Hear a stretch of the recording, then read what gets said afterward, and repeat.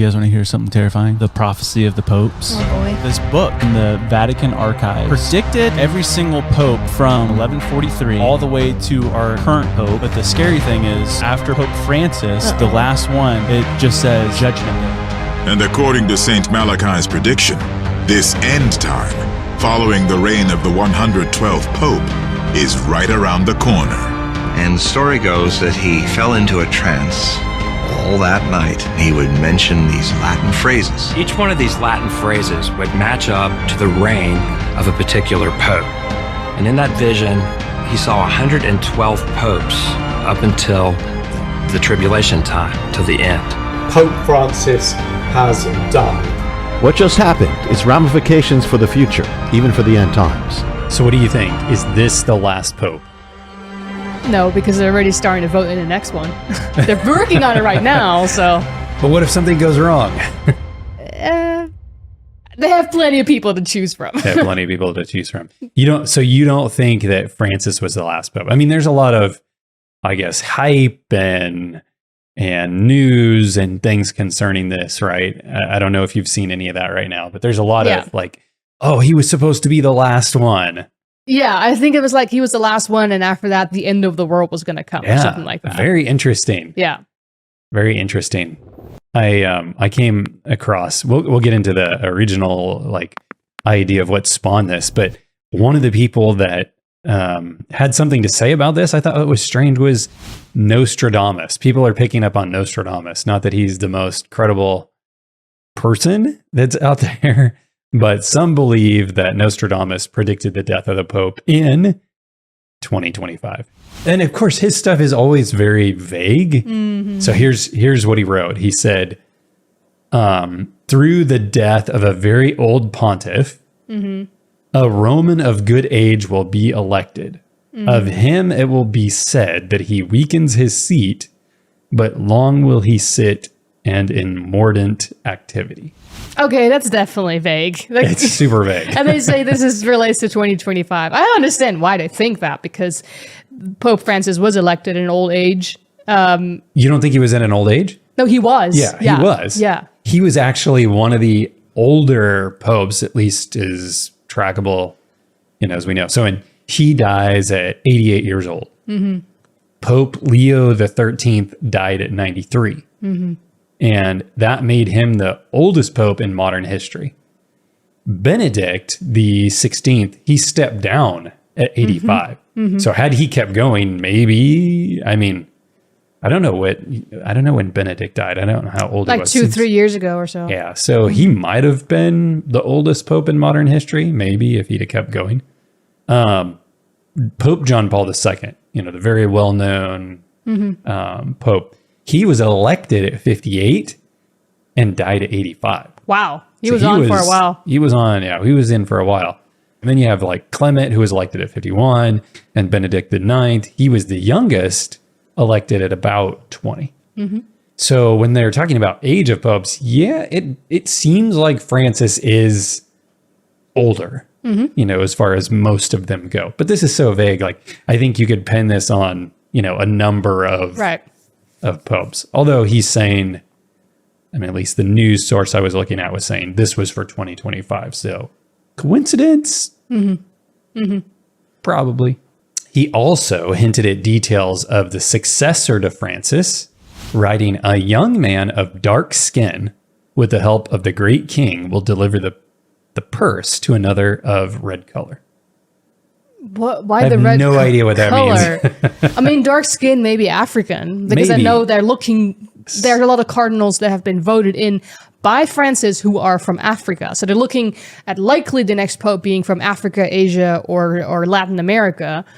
But the red color, the only way we refer to people having red skin, which is almost a derogatory way of talking about it, is Native Americans. So...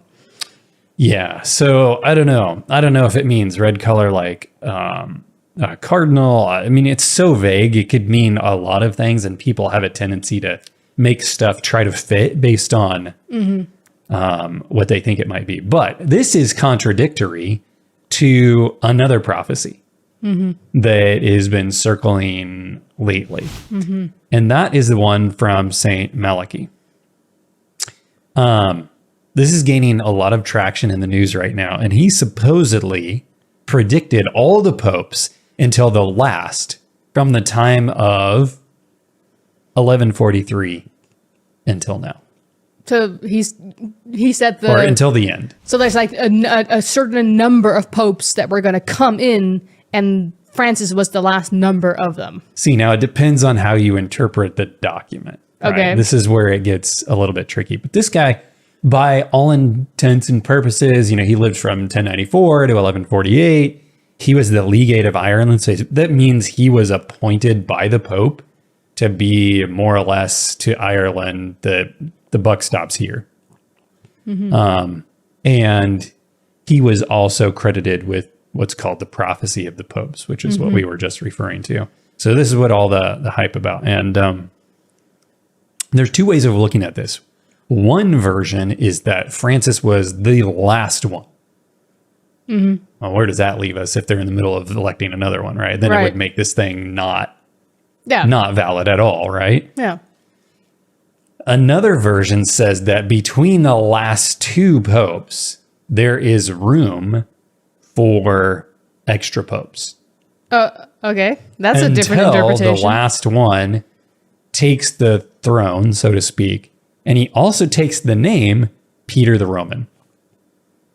Yeah, because Peter was the first pope. Yeah, so it's kind of like bookending all that. So from 1143 until, well, it depends, but some people are saying 2027 is when it ends. Why 2027? They look at the sum total of the prophecy and they find the midway mark and they calculate the remainder of the years based on midway so from the first to the midway, and they calculate the rest of the years from midway to the end, and they end it in 2027, which is fascinating if you were to couple that with all kinds of other belief systems that are out there also projecting things to happen in 2027 as well. Well, there was also a lot of talk about 2025, which we're in right now. There's a lot of talk about a lot of dates. So there's talk about 2030, and it seems like everybody's got a date for the Mayans. Something. The Mayans had that too, and nothing happened. 2012. Yep. So fascinating that, on the one hand, Nostradamus is like, look, there's going to be a pope that's dead in 2025. And then this prophecy of the popes by St. Malachi is supposed to say, well, in 2027, it's all done. These are, interesting prophecies. We could put that in quotations. Now, here's where it gets very fascinating. This prophecy of the popes that supposedly Malachi was credited with writing, the story goes that he took this document that he wrote, he took it to the Pope, and then the Pope looked at it and they had it put in the Vatican archives. And then it was found, or rediscovered in 1590. That's almost 450 years later. So what is that? What does that mean? Well, this guy that found it, Arnold Wyon, it's believed that he was actually working in concert with other individuals, because until the time that it was found, it seems like the prophecies that were written down were pretty accurate, like pretty descriptive. Like they did a good job describing who was Pope until that time. And what's believed is that in 1590, he found this and then started continuing, maybe not him, but somebody else started continuing the document. And he was working in concert with them.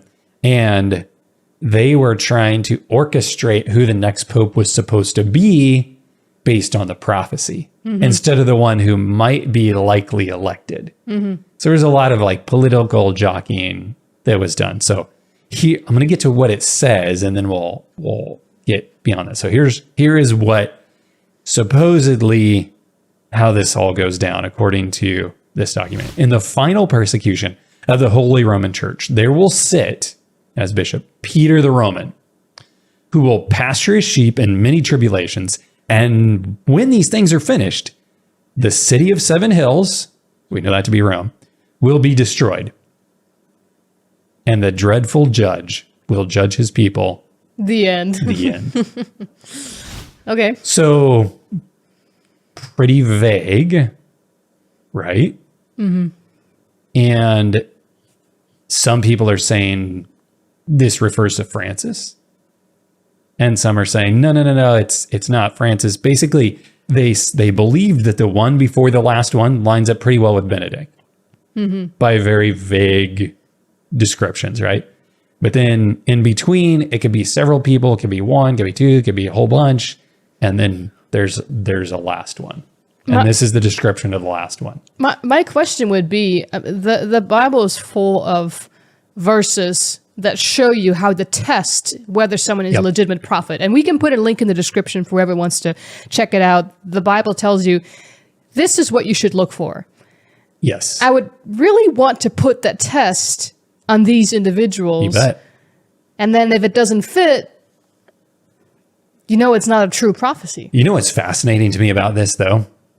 There are a couple of pieces in here that, even though they're vague, they are almost nods to the book of Revelation. And you wonder if somebody was looking at Revelation and saying, let's see if we can, put down something that'll work here. It's a bit of a distraction from what the Bible is saying. And I'll show you a couple of verses. One of them is Revelation 17:9. Would you mind reading that? Here is the mind which has wisdom. The 7 heads are 7 mountains on which the woman sits. So in biblical scholarship, this is commonly understood that the 7 heads or 7 mountains is the city of 7 hills, at least in Protestant circles. Yeah. That this is an identifying mark of that power, which is identified as Babylon in the book of Revelation, but which is really Rome. So it's essentially God's finger pointing at the Vatican. Yeah. Okay. And we know that physically Vatican and Rome actually sits on 7 hills. Yeah. So when that is in this prophecy of St. Malachi, it's like, okay, well, that's interesting. You're identifying Rome as part of this piece. But the Bible does that already. You don't have to go to St. Malachi or anybody else. The Bible's already giving us lots of detail. And here's another one in Revelation 18:9 and 10. Would you mind reading that? The kings of the earth who committed fornication and lived luxuriously with her will weep and lament for her when they see the smoke of her burning, standing at a distance for fear of her torment, saying, Alas, alas, that great city Babylon, that mighty city, for in 1 hour your judgment has come.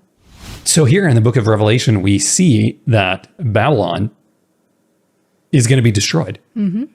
Just like what it was alluding to in the prophecy of St. Malachi. And then it basically says, and then the end. Yeah. But this Babylon is not the original Babylon. This is a spiritual, symbolic. We're talking about essentially papal Rome.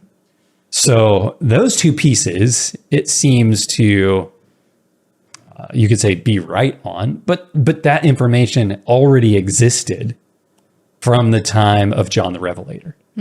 And many Bible scholars had picked up on that through the years, even from early times. So also the Catholic Church comments on this prophecy of St. Malachi. And it's very interesting when you look at what they say. They don't think it's legitimate. And the consensus among at least their scholars is that a 16th century forgery created for partisan political reasons. And the bottom line is they think it's a fraud. There you go. So it's, supposedly from their people, their organization, and they're like, no, we don't put any stock in this. We don't buy this. Right. This thing is not legitimate.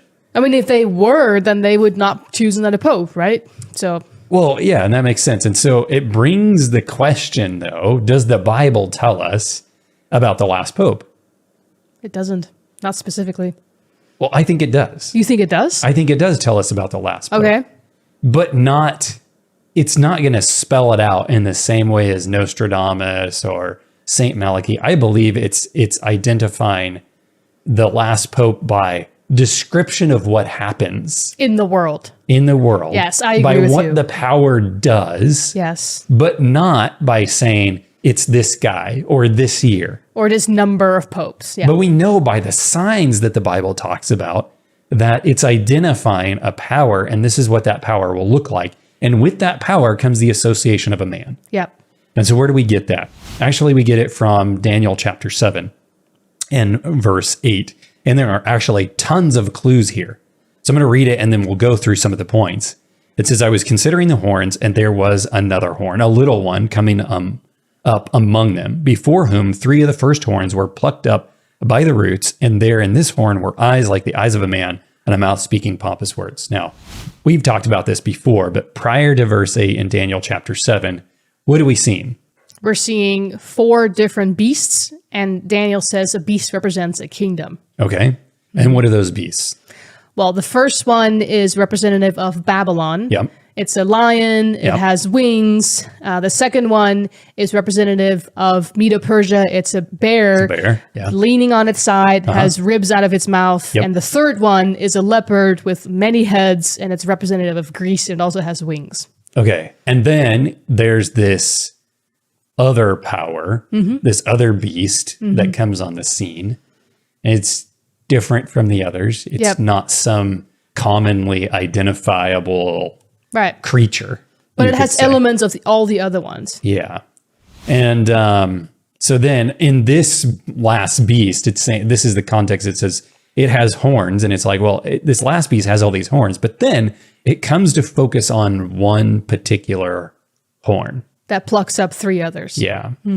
So one of the identifying marks of this last power, or you could say the one of the things that this last power will do is it comes up from among the 10 horns. And these horns are essentially the kingdoms of Western Europe.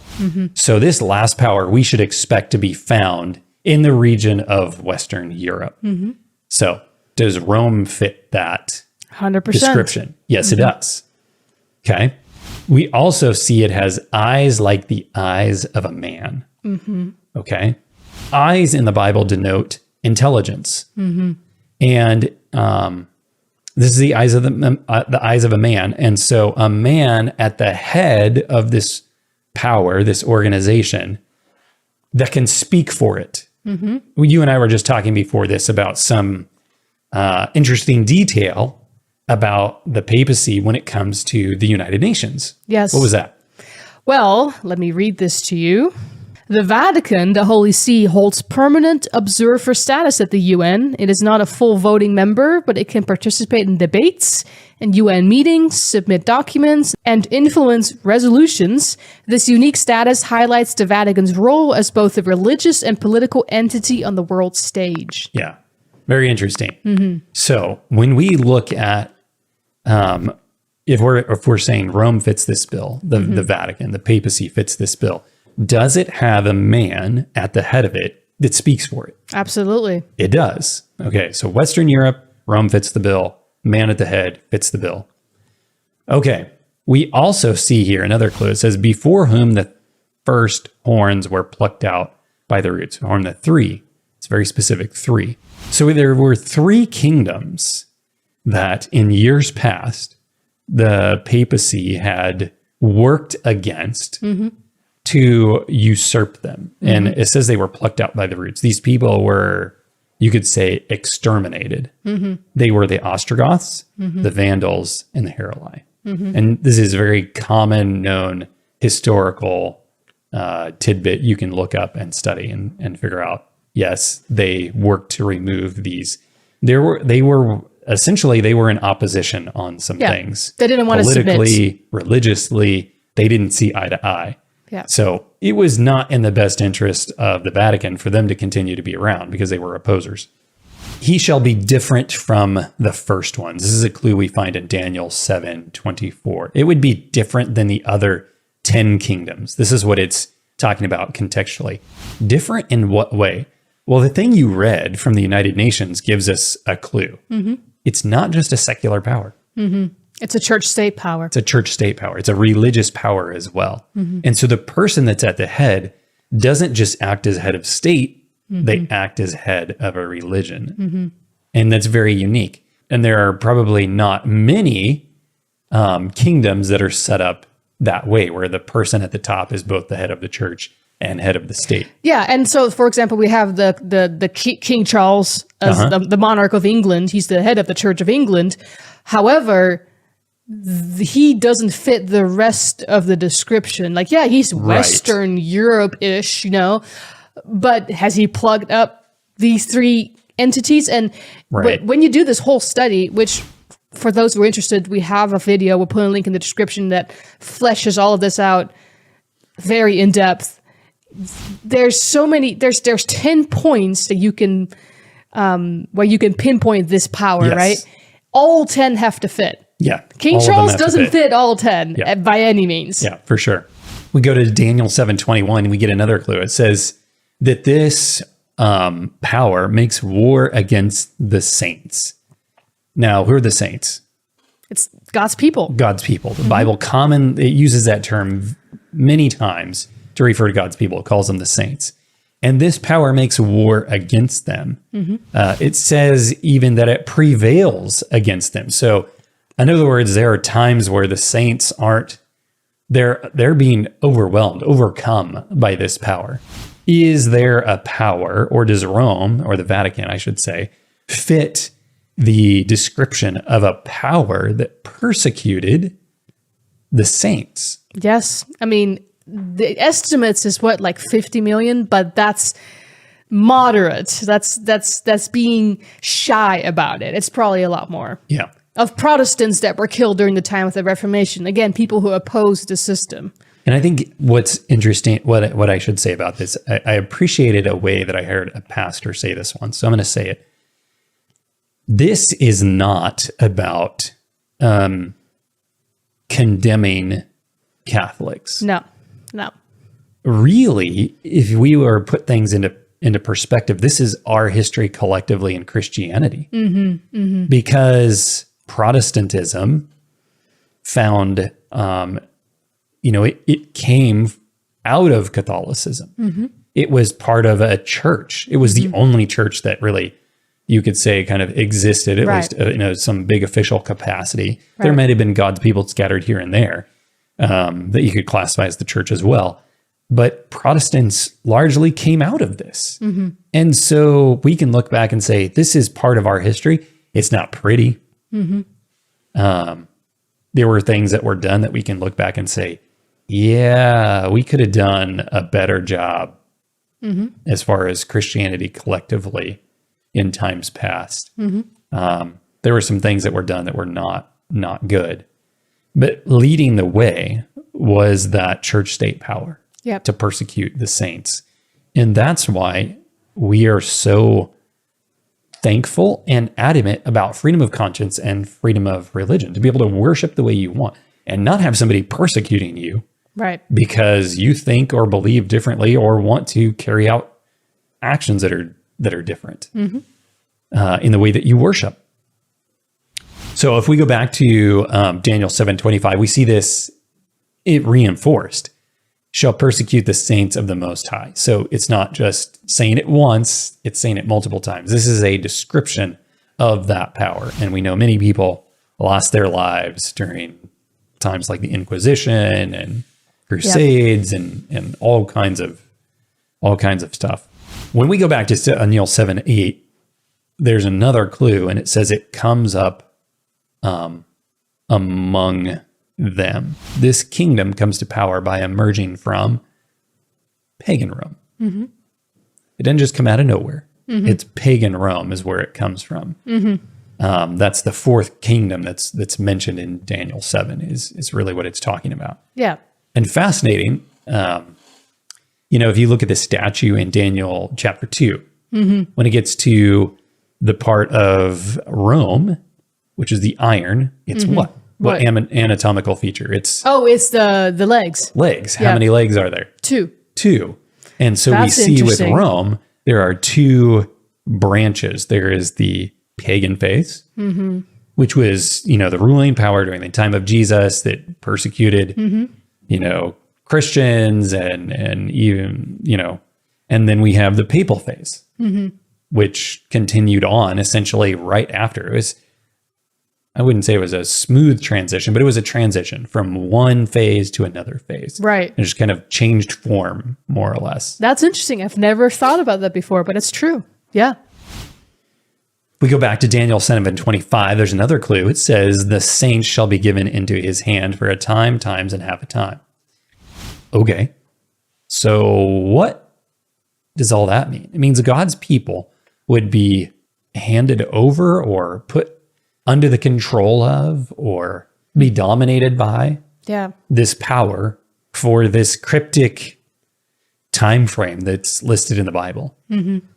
And that time is time, times, and half a time. So when you look at this is how it's calculated. Time is equal to a year, times is equal to 2 years, and half a time is equal to half a year. How do we know that? How do we know that? We know that in part from other passages in the Bible. So, for example, if you look at the Nebuchadnezzar, okay, Nebuchadnezzar was essentially sentenced by God to act as a beast for 7 years. In the Bible, it says 7 times shall pass over you. And that's 7 years. And it was 7 years. That makes sense. So we're using that and other passages to determine this is what a time means. Okay, Yes. a time. So a time is a year times 2 years. This is plural, half a time, half a year. So we get to 3.5 years. Well, what does that really mean? Because we're talking about Bible prophecy. We're not just talking about any number of days or weeks or years or what have you. Well, in Bible prophecy, that 3.5 years is equivalent. It's equivalent to 1,260 days. Yep. It's equivalent to 42 months. They all add up to the same thing. And we're determining, this is based on a 360-day year. And it's calculated. It's like reverse engineering. So if you know 3.5 years is equivalent to 1,260 days, you divide the 1,260 days by the 3.5 to get the number of days in a year. Yeah. Does that make sense? And you can also fact check with Revelation that speaks of the same event where you also get to 1,260 days or years. So Revelation and Daniel go hand in hand. Yes. So it's a back calculation to arrive at the 360, and that's how we know that it is. So that time frame is prophetic years, because we are not talking about a literal 3.5 years. We're talking about a prophetic 3.5 years. And there are passages in the Bible that help us determine when there are prophetic years and when there are, literal years. And so this power, it says the saints are given over for 1,260 years. And we have clues in the Bible and other, this is in other videos and stuff that we make, but essentially that time frame goes from 538 to 1798. And if we look back in history, we can say, yes, this is a good fit for that church state power, that Vatican papal power, because this is the period of the Dark Ages. It reigned from 538 to 1798 until it received a deadly wound. Okay. So this is a clue to tell us about, the last pope or the last power. We go back to Daniel 7:25. We find another clue. He shall speak pompous words against the Most High. Who is the Most High? It's Jesus. It's God. Yeah. So this power is speaking pompous, or some translations say blasphemous words against the Most High. In Revelation 13:5, the Bible says that same power speaks great things and blasphemies. Okay, so the Daniel 13 has some parallel passages to Daniel chapter 7. So also what you're saying, so shall speak pompous words or blasphemies. According to the Bible, blasphemy is saying that you are God and saying you can forgive sins, which is two different aspects of the papacy, right? They have priests where you have to confess your sins to a man, which the Bible says there's only one mediator between God and man, which is Jesus Christ, and only Jesus can forgive sins. And I was reading the news today, and even secular news media are saying, the Pope was considered the substitute for Christ on earth, that he was God, and they have their own statements. The Catholic Church has its own statements saying the Pope is God on earth, and so that applies to this as well. Yeah, and you can look at articles or documents like Vatican II that confirm all of this kind of stuff. And I understand that there's a lot of controversy on how some of those things can be interpreted. I've looked at them, I've read them. When it seems like at the end of the day, it's not saying anything any different than it has in the past. Right. It may just be rewording it, retooling it, reframing it, but at the end of the day, they're claiming to be the power. And they are expecting that everybody should return back to them. The Mother Church. The Mother Church, yeah. I just saw a news clip the other day of someone who is suggesting that we all need to unite and go back to the Catholic Church. So this is the prevailing sentiment. We also learn in Daniel 7:25, another clue is that he shall intend to change times and law. This passage, this whole section that Daniel's dealing with, when he's talking about this power and it persecutes just saints and it's speaking blasphemous or pompous words, this is written in a religious power context. And so the laws that it intends to change, if it's a blaspheming power, are laws that have to do with God's laws and times that God has set in order. And that is what it's referring to. It's not just any law, any time. Right. It's specifically religious times and religious laws. And if you were to look at the Bible and say, well, what are God's laws? Like what religious laws would still be applicable today? One example would be the 10 Commandments. Right? And the fourth commandment is the commandment that has to do with time. It is. It's a commandment that has to do with time and our relationship with God. So this power has stated, we can provide links to other videos about this, but it has stated that it has the power to change God's law and God's times. I mean, in the video I referenced earlier about how that the papacy is the power referred to in these verses, I showed a bunch of quotes, maybe like 10, 15 quotes that just all speak of the papacy saying, we changed Sunday to Sabbath. And in fact, if you are a Protestant keeping Sunday, you are acknowledging the papacy as your supreme ruler. They're saying if you're going to make the Bible your rule of faith, if you're going to be intellectually honest, you would be worshiping on the Sabbath because we're the ones claiming authority to change the day of worship. Yeah. They admitted themselves, we have changed it. So that's very fascinating. So again, Rome, the papacy, this last power is the one saying, we have authority to do that. And it's an identifying mark of who it is. If we go to Revelation chapter 13, we see some other information that we can couple with this. This one, would you read this first, Denise? Then I saw another beast coming up out of the earth, and he had 2 horns like a lamb and spoke like a dragon. And he exercises all the authority of the first beast in his presence and causes the earth and those who dwell in it to worship the first beast, whose deadly wound was healed. So when we're talking about this power being a power that wants to change time and law, and you couple that with what it says in Revelation 13, that there is coming an enforcement of worship. It's not a far stretch to say, well, how do people worship? Well, in the Christian context, people worship by joining together on a particular day out of the week and using that day in dedication to God through prayer, Bible study, the preaching of the word, doing activities that would help promote goodwill, to humanity, relieve suffering, things like that. If we're causing people to worship, this is forced. So it's saying this power will get to the point where it will not tolerate you doing anything differently than what they're doing. That's not religious freedom. That's going back to, the way it was before, where people are persecuted. They will be persecuted again.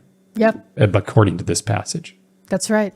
And then we see how it takes it a step to another step in Revelation 13, 16, and 17. Do you mind reading this? He causes all, both small and great, rich and poor, free and slave, to receive a mark on their right hand or on their foreheads, and that no one may buy or sell except one who has the mark or the name of the beast or the number of his name. All right. So it's a persecuting power. It's a power that is going to enforce worship or force worship in a way that is different than you may be used to, may desire to do, than your conscience may lead you to do. And it's going to enact penalties if you don't toe the line. When you look at history is a great tool to look forward. When you look at history, you can say, not only does this power have all these marks of identification, that it fits the Vatican, that it fits the papacy. When you look forward in Revelation to see what is going to happen in the end, all those things come back. So while it may have a deadly wound now, that deadly wound is healing. And power is laying dormant, so to speak, gaining power, gaining strength, to come back to full strength so that it can reign and have sway in a way that it used to. That's right. It may look a little different, and there are going to be other entities involved. And of course, we have other videos about that. But to go back to our original premise, what does the last pope look like? What is the last pope? Who is the last pope? The Bible doesn't tell us the name of the individual. The Bible gives us some clues. It talks about the number of his name. And the Bible gives us many descriptions of what this power will be like and where it's from and how it operates and all of that. Yep. And so who is the last pope? Essentially, the last pope is whoever's sitting in the throne of the papacy at the end of time, carrying out all of this to persecute God's people. Including the mark of the beast. Yeah. So that's the last pope. And the Bible tells us everything that we need to know. So we don't have to go to Nostradamus. We don't have to go to the prophecies of St. Malachi. And what I like about the Bible is these are written in a way that they're timeless. It's not trying to set people up for some specific date, because God knows how humanity is. He knows if there's some specific date, we're procrastinators. We'll put off our salvation. Yep. We'll put off getting ready until, 6 months before, the year before, 3 months before. Instead of being ready now. And that's what God wants for us. He wants us to be ready now. We should be ready to face whatever will come. And God will give us the strength to do that, just like he did the people that came before us. Yeah. And so it doesn't matter what year. Look for the signs that the Bible has determined. Look for the clues that the Bible has determined in this video and other videos to see who is the last pope. I believe we're close. I believe we're on the horizon. Oh, yeah. And I believe it wasn't Francis because he's dead. And a new one is on the way. But it doesn't matter if it's that one or another one to come behind him. It's whoever executes this end time scenario. That is the last pope. And I think the essence of all of this is not to be afraid. Yeah. Not to worry like, oh, wow, I've studied this, I understand this, and I understand that we're really close. The essence is Jesus. Absolutely. So studying the prophecies should point us back to Jesus. The Revelation 1, verse is 1 the revelation says, of Jesus Christ. Of Jesus Christ is a revealing and opening up of information about Jesus Christ. And so this should cause us to want to come to Jesus and have a closer relationship with him and say, Lord, I see I've been living my life in a way that doesn't line up with your will as described in the Bible, and help me to overcome my sins to be fully surrendered to you, though the heavens may fall. And in Revelation, we're seeing a stark contrast between who Jesus is and what he's like, and that power that imitates him or masquerades and has many of the same qualities. It's very fascinating when you look at the Bible, how closely Satan will take an end time power and have some of the same aspects that look like Christ, but it doesn't act like Christ. And that's where the proof is in the pudding. It has to act like Christ. We need to act like Christ in these last days. So, yeah, that's the answer. It may not be the answer people were looking for. They probably wanted to know a name or a date, but the Bible doesn't give us that. I think there's more value in what you have shared than just us dropping a name and saying that one. We've been given all the clues, and we know when the time will come. And that's all we need. And again, we've got more videos on this. We've got a video on who one of these beast powers is and how the United States is actually involved in end time prophecy. We got a video on who the Antichrist is, and again, how the papacy fulfills this kind of power that you just described, like in depth. You can just go through these verses that Keith just shared. Definitely just study for yourself. And we've got a video on what the mark of the beast is, which is going to be enforced by the Antichrist power. So worth checking out, and study your own Bible. Amen.